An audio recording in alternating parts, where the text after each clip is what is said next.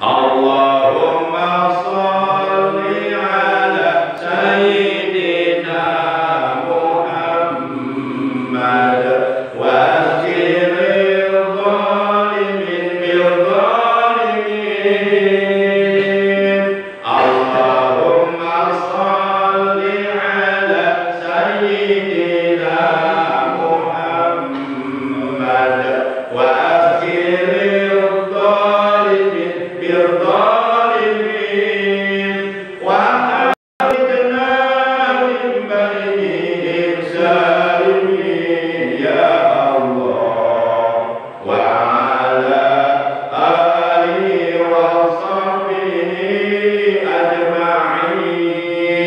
Sallallahu rabbuna ala nuril mubin Ahmad Mustafa sayyidil mursalin. Sallallahu rabbuna ala nuril mubin Ahmad Mustafa sayyidil mursalin wa ala alihi wa sahbihi ajma'in wa ala alihi wa sahbihi ajma'in.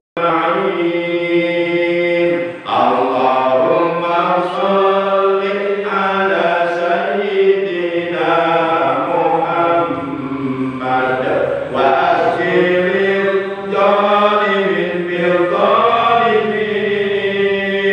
Allahumma sholli ala sayyidina Muhammad wa akhiril zalimin bil zalimin wa akhrijna min bainihim salimin ya Allah wa ala alihi wa sahbihi ajma'in.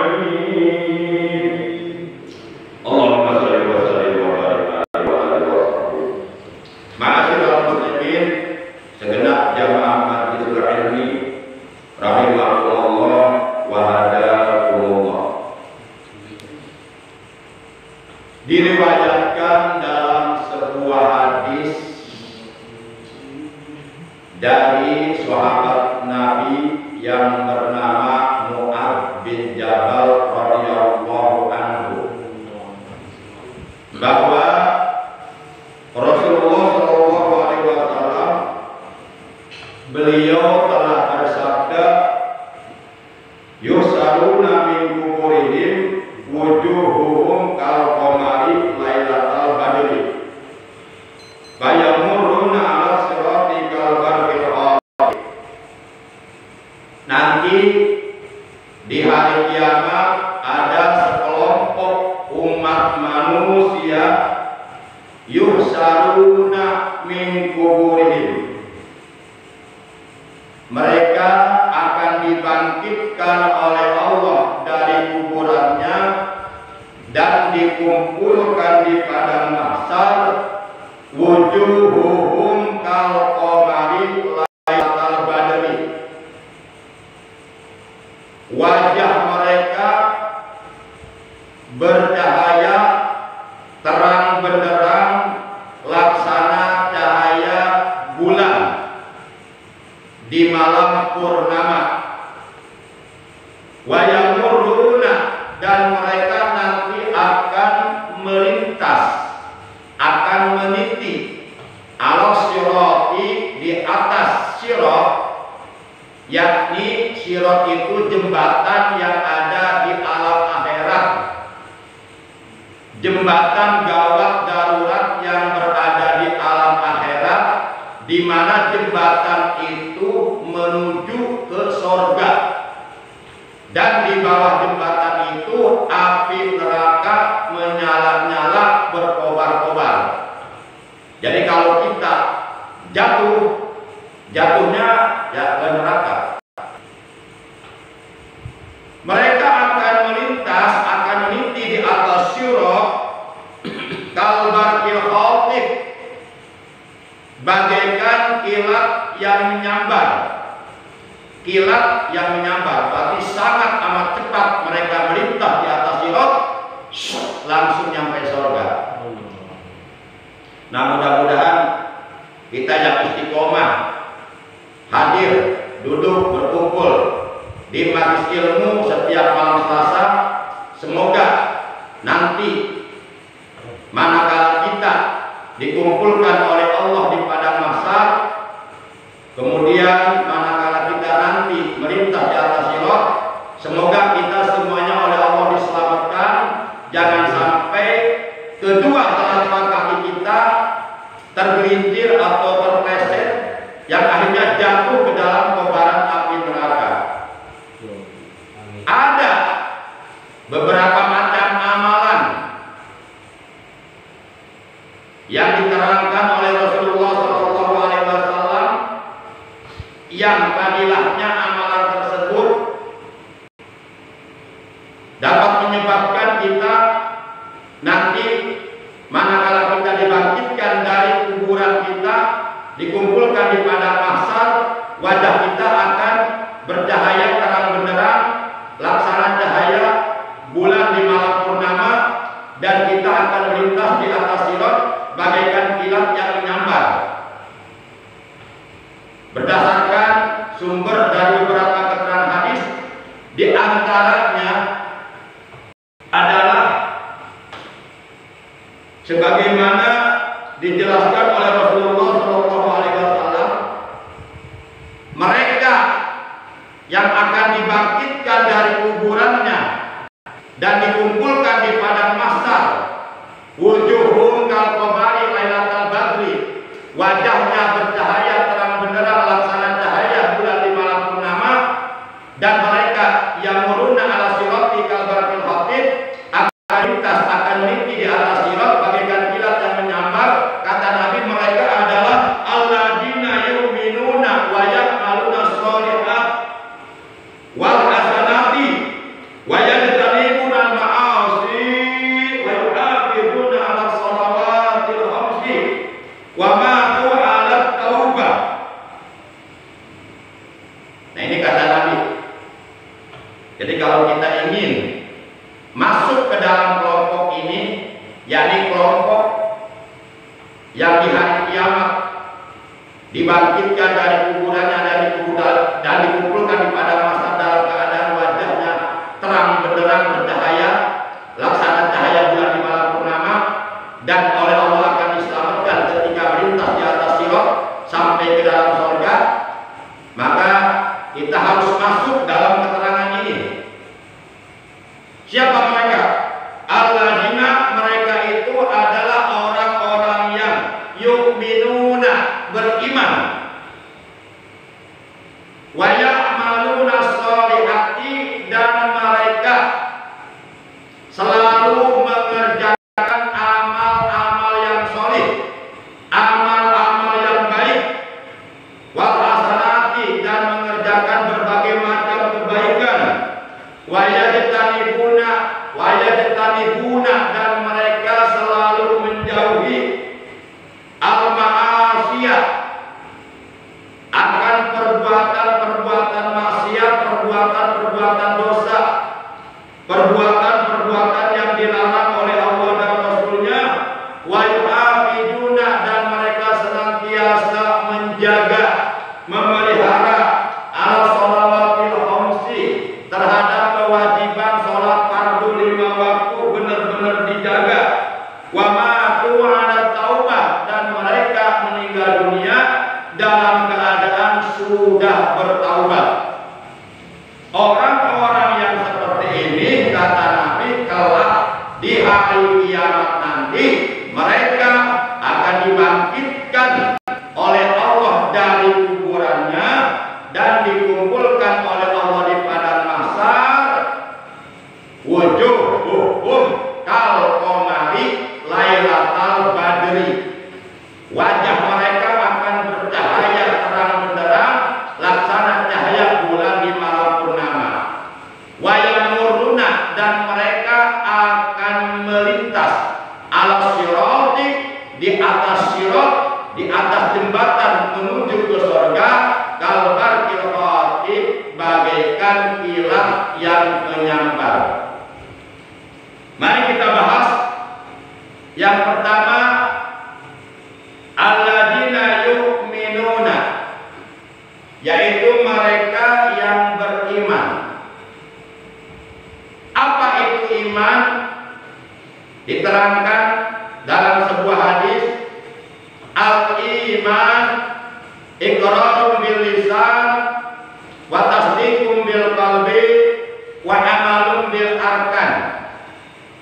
Iman itu adalah pengakuan dengan lisan dengan mengucapkan dua kalimat syahadat, asyhadu an la ilaha illallah wa asyhadu anna muhammadar rasulullah, dan ditasdikkan, dibenarkan makna yang terkandung dalam ucapan dua kalimat syahadat, dibenarkan di dalam hati, di makna yang terkandung dalam ucapan dua kalimat syahadat adalah aku bersaksi, aku mengimani, aku mengiktikadkan, aku membenarkan di dalam hati, aku meyakini di dalam hatiku bahwasanya tidak ada Tuhan yang berhak disembah dengan hak dengan sebenarnya kecuali Allah, dan bahwasanya Nabi Muhammad adalah benar-benar utusan Allah.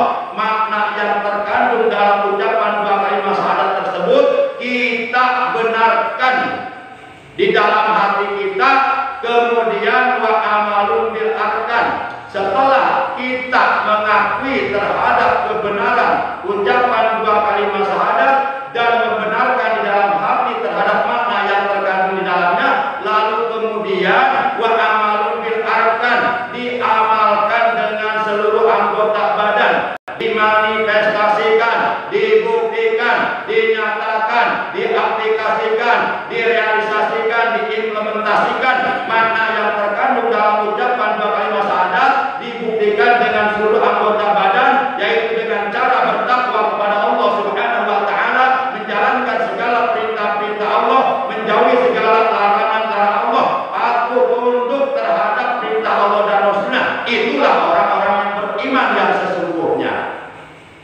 Artinya nggak cukup kita mengaku saya beriman kepada Allah, tapi perintah-perintah Allah dilalaikan. Bohong itu. Nggak cukup lisan kita mengatakan saya beriman kepada rukun iman yang keenam, tapi kita tidak pernah berusaha, tidak pernah berupaya untuk membuktikan keimanan kita kepada Allah. Malah justru perintah-perintah Allah kita abaikan, kita lalaikan, bahkan kita tinggalkan. Justru yang kita kerjakan adalah larangan Allah. Nah, tentu orang yang mengaku beriman seperti ini boleh jadi nanti keimanannya oleh Allah ditolak. Seandainya keimanan kita nanti di hari kiamat oleh Allah ditolak, berarti itu artinya kita akan dimasukkan, digolongkan ke dalam golongan orang-orang kafir. Orang kafir tempat kembalinya neraka selamanya. Jadi nggak cukup kita ngaku beriman tapi nggak membuktikan keimanan kita kepada Allah. Makanya di sini alladzina yu'minuna, yaitu orang-orang yang beriman, kemudian diikuti dengan kalimat wa ya'maluna sholihati wal hasanat, dan mereka mampu membuktikan keimanan mereka kepada Allah dan Rasulnya, ya'maluna sholihati wal hasanat, dengan mengerjakan berbagai macam amal yang solih dan amal yang baik. Di sini kalau secara bahasa as-solihat dengan al-hasanat artinya sama. As-solihat baik, al-hasanat juga baik. Tapi kenapa di sini dua-duanya disebut oleh Nabi? Di sini disebutkan banyak maluna solihati wal hasanati. Padahal arti dari dua kalimat tersebut sama.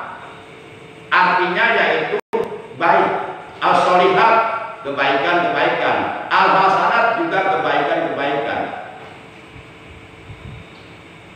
Yang dimaksud as-solihat, kebaikan-kebaikan adalah tentunya kebaikan-kebaikan yang memang kebaikan tersebut diperintahkan oleh Allah dan Rasulnya, ada dalilnya, dan apabila kebaikan-kebaikan tersebut dikerjakan menyebabkan Allah ridho kepada kita dan Allah akan memberikan pahalanya dari kebaikan yang telah kita kerjakan.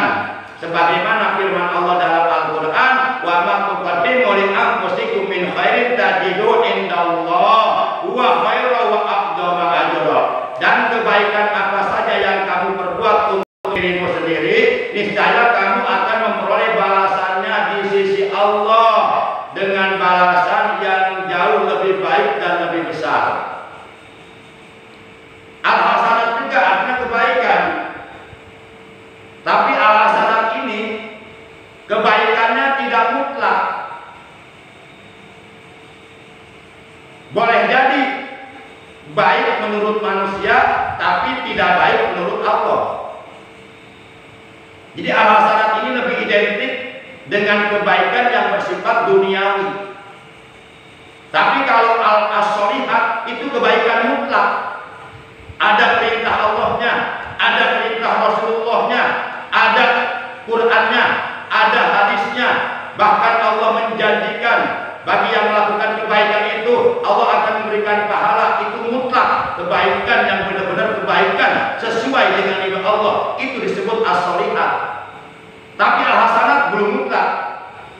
Boleh jadi sesuatu yang menurut kita baik, tapi ternyata menurut Allah jelek. Banyak itu perkara-perkara yang menurut kita baik, padahal menurut Allah jelek, sehingga Allah nggak ridho ketika kita melakukan perkara tersebut yang menurut kita baik. Para jamaah yang dimuliakan oleh Allah Subhanahu wa Ta'ala, jadi al-hasanat ini adalah kebaikan-kebaikan yang identik terkait dengan hal-hal yang bersifat dunia. Contoh, misal ada seorang perempuan muda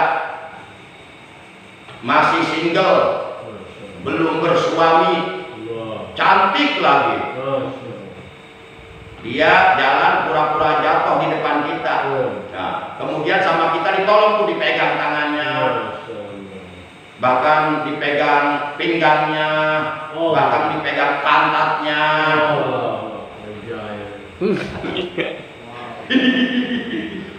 Modus itu modus. Kita awalnya tujuannya menolong dia. Nah, kira-kira itu tindakan kita saat itu bagus nggak? Baik nggak? Baik. Baiknya menurut kita sendiri apa menurut Allah? Menurut manusia. Tergantung bagaimana niatnya. Ya menurut kita baik itu. Menurut kita baik. Karena kita niatnya menolong wanita muda yang jatuh. Padahal jatuhnya nggak kenapa-kenapa. Tapi kenapa harus dipegang? Tangannya, pinggangnya, pantatnya. Nah, pas bagian kita megang tangan, pinggang, pantatnya, itu menurut Allah baik atau tidak?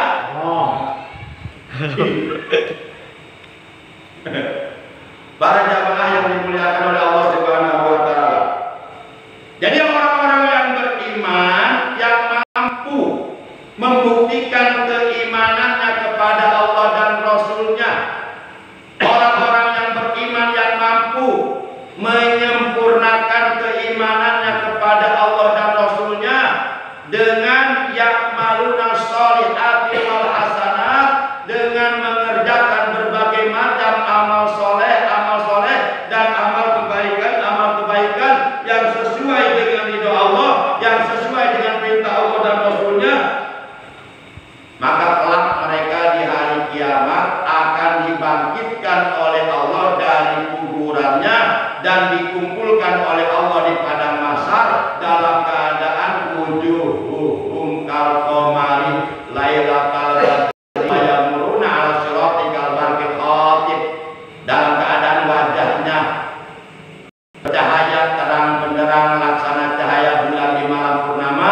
dan dan mereka akan selamat melintas di atas sirat sampai masuk ke dalam surga. Tapi itu pun belum cukup, karena di dalam Al-Quran itu ada ayat-ayat perintah, namanya ayat amal, dan ada ayat larangan, namanya ayat nahi. Jadi ada perintah, ada nahi, ada amar ma'ruf, ada nahi munkar. Enggak cukup orang beriman hanya sebatas mengerjakan perintah-perintah Allah saja, hanya sebatas mengerjakan perintah-perintah Rasulullah saja, sementara larangan-larangan Allah tidak dijauhi, malah justru dilanggar. Sementara larangan-larangan Rasulullah tidak ditinggalkan, malah justru dikerjakan. Maka apabila kita orang beriman melakukan kebaikan, sementara di sisi lain kita melakukan larangan Allah, itu artinya kebaikan yang kita lakukan boleh jadi akan menjadi sia-sia. Itu namanya enggak balance, enggak seimbang. Makanya orang beriman itu wajib tahu perintah dan tahu larangan, wajib mengetahui perintah-perintah Allah dan wajib mengetahui larangan-larangan Allah. Kalau kita orang beriman sudah benar-benar paham, mengetahui terhadap perintah-perintah Allah yang ada dalam kitab suci Al-Quran, maka tentu kita akan berusaha untuk mengerjakan perintah-perintah Allah tersebut. Dan kalau kita sudah mengetahui terhadap larangan Allah yang ada dalam Al-Quran, maka tentu kita akan berusaha untuk menjauhi larangan-larangan Allah tersebut. Perintah Allah wajib dikerjakan, larangan Allah wajib dijauhi. Tapi kalau kita hanya tahu perintah Allah saja, sementara larangan-larangan Allah kita tidak paham, tidak tahu, akhirnya boleh jadi semuanya dikerjakan. Ini kalau kita hanya tahu perintah, nggak tahu larangan, akhirnya semuanya dikerjakan. Sholat dikerjakan karena kita tahu perintah Allah. Puasa Ramadan dikerjakan karena kita tahu perintah Allah, wajib. Ngaji kalau ini dikerjakan karena kita tahu, kita paham bahwa itu adalah perintah Allah, dikerjakan. Tapi oleh karena nggak tahu larangan Allah, akhirnya dikerjakan juga. Zina dikerjakan juga karena nggak tahu kalau itu dilarang. Judi dikerjakan juga. Semuanya ada dikerjakan. Itu akibat apabila kita hanya tahu perintah, nggak tahu larangan. Kan manusia itu ada beberapa kelompok. Ada kelompok manusia yang tahu perintah dan tahu larangan. Ini yang cakep. Tahu perintah, dia kerjakan perintah. Tahu larangan, dia jauhi larangan. Yang kedua, ada manusia tahu perintah, nggak tahu larangan. Akhirnya dikerjakan semua. Perintah dikerjakan, larangan pun dikerjakan karena nggak tahu larangan. Yang ketiga, ada manusia tahu larangan tapi nggak tahu perintah. Akhirnya ditinggalkan semua. Dia tahu larangan Allah ditinggalkan. Dia nggak tahu kalau perintah Allah itu, kalau sholat itu perintah Allah, akhirnya ditinggalkan juga. Itu akibat tahu larangan, nggak tahu perintah. Dan yang keempat, kelompok manusia perintah nggak tahu, larangan nggak tahu. Akhirnya hidupnya kayak binatang. Itu manusia masuk dalam kategori makhluk gratis, orang-orang gila. Orang-orang gila itu nggak tahu perintah Allah, nggak tahu larangan Allah, bebas. Makanya kalau kita nggak mau melaksanakan perintah Allah, nggak mau menjaga Allah, jadilah kita manusia-manusia gila. Manusia-manusia yang nggak paham perintah Allah, nggak paham larangan Allah. Para jamaah yang dimuliakan oleh Allah Subhanahu wa Ta'ala. Maka supaya beres, supaya seimbang, supaya kita tidak hanya mengerjakan perintah-perintah Allah dan Rasulnya saja, tidak hanya mengerjakan amal-amal kebaikan saja, untuk menyempurnakan kebaikan yang kita kerjakan, maka selanjutnya wayajtanibunal ma'asi. Kita pun diperintahkan untuk menjauhkan diri kita dari berbagai macam perbuatan dosa. Supaya apa? Supaya kebaikan-kebaikan, amal soleh, ibadah-ibadah yang telah kita kerjakan tidak rusak, tidak menjadi sia-sia. Maka ikuti dengan melaksanakan perintah Rasul, yaitu menjauhi larangan-larangan Allah dan Rasulnya. Contoh, ada orang rajin sholatnya. Setiap datang waktu sholat 5 waktu selalu ada. Subuh ada, zuhur ada, asar ada, maghrib ada, isya ada, selalu berjamaah. Tapi dia tidak berusaha menjauhi larangan Allah. Beres sholat ambil setar orang, berangkat ke kantor, di kantor korupsi, di kantor makan-makan uang haram, melakukan objekan-objekan, tambahan-tambahan yang notabene jelas dia pun paham bahwa itu dilarang, tapi digabres juga. Kemudian di jalan main perempuan, masuk rumah diskotik, dansa-dansaan, mabuk-mabukan. Nah, itu boleh jadi nanti sholat yang dikerjakannya menjadi sia-sia. Sebab di antara 10 golongan umat manusia yang nanti pada hari kiamat sholatnya oleh Allah akan ditolak, tidak diterima, sehingga amal kebaikan yang dikerjakannya yang lainnya menjadi sia-sia adalah rajulun la tanhahu sholatuhu 'anil fahsya'i wal munkar. Adalah seseorang yang mengerjakan sholat rajin, bahkan selalu berjamaah, tapi sholat yang dikerjakannya dengan rajin tersebut la tanhahu 'anil fahsya'i wal munkar, kata Nabi. Tidak mampu mencegah dirinya, tidak mampu menjaga dirinya, tidak mampu membentengi dirinya anil fahsya'i wal munkar, dari perbuatan keji dan munkar, alias disebut STMJ, sholat terus maksiat jalan. Ini percuma. Sholat itu kan mencuci dosa kita, dosa-dosa yang pernah kita lakukan itu setiap hari kita cuci 5 kali dalam sholat 5 waktu. Tapi setelah sholat kita berbuat maksiat lagi. Gimana ceritanya? Padahal buah dari perintah sholat adalah tanha anil fahsya'i wal munkar. Itu kata Allah dalam Al-Quran, ada ayatnya, surat 29 Al-Ankabut juz 21 ayat 45. Allah menegaskan wa aqimis sholat inna sholata tanha anil fahsya'i wal munkar. Dan dirikanlah olehmu sholat, sesungguhnya sholat yang dikerjakan, yang didirikan dengan benar, dengan baik, dengan khusyuk, dengan ikhlas, dengan didasari ilmunya, itu akan mampu membentengi diri kita dari perbuatan keji dan munkar. Maka dari sini kita dapat memahami kalau ada orang sholatnya rajin tapi maksiatnya rajin, dosanya, perbuatan dosanya terus jalan terus, itu ciri sholat yang dikerjakannya selama ini belum benar. Dari situ jadi patokan. Sebab kalau orang sholatnya udah benar, nggak mungkin dia berbuat maksiat, nggak mungkin itu. Makanya ketika ada orang rajin sholat tapi masih suka maksiat, suka berbuat dosa, itu sebagai tanda, sebagai bukti bahwa sholat yang ia kerjakan selama ini belum benar, belum sesuai dengan kehendak Allah. Ikhlasnya belum full, khusyuknya belum full, kemudian tidak didasari ilmunya, sholatnya hanya asal-asalan. Kira-kira ini jelas nggak kira-kira ini? Jelas. Bisa dipahami nggak kira-kira ini? Insya Allah. Ya, tapi nggak cukup dipahami doang. Jauh lebih penting dari sekedar dipahami adalah diamalkan, direalisasikan. Buat apa kita paham tapi nggak diamalkan? Buat apa kita pintar tapi nggak benar? Daripada pintar nggak benar, mendingan nggak pintar tapi benar. Daripada pintar nggak benar, mendingan nggak pintar tapi benar. Daripada pintar nggak benar, mendingan benar walaupun nggak pintar.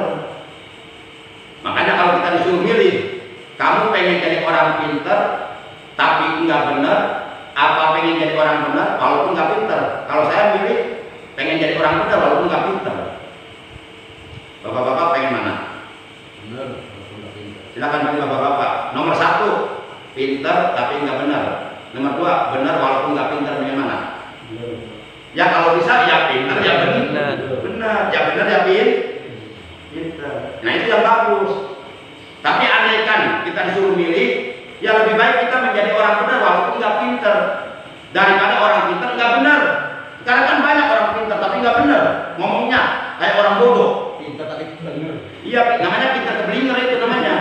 Pintar sesat dan menyesatkan umat. umat. Sekarang banyak orang-orang pintar, titelnya profesor, doktor, MSI, MSA, MBA, MBA bocor. Oh, macam-macam sekarang titel. Ujung saya hitung titel sekarang.